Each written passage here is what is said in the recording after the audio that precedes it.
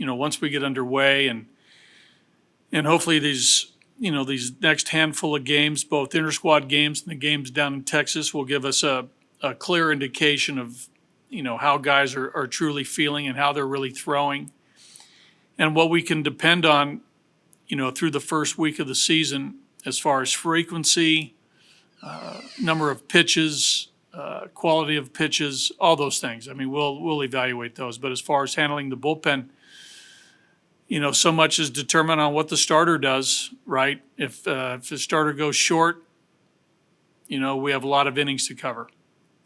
That's where it gets a little tricky here early for probably the majority of teams, because starters aren't going to be stretched out to throw 110, 120 pitches and take the game into the sixth or seventh or eighth innings. So the handling of the bullpen and moving guys in and out of there, it's going to become, imperative every night to have, fresh arms, what you see as good matchups, on a given night.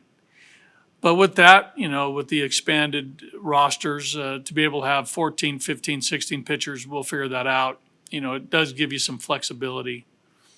But we feel good about the options moving forward and the guys that we have to come into ball games. It always comes down to the men in the uniform, right? Whether they're rookies or middle-aged or, wily veterans that have been around for a long time. It still comes down to what they're made of and how they operate as a group together. But I don't, it's not just the bullpen, I would say.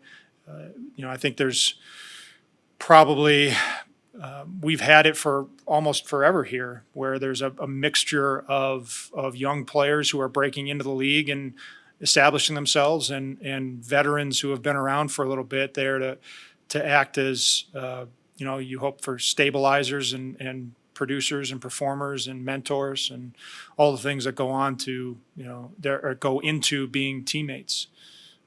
So I don't necessarily see us, moving away from that sort of a philosophy.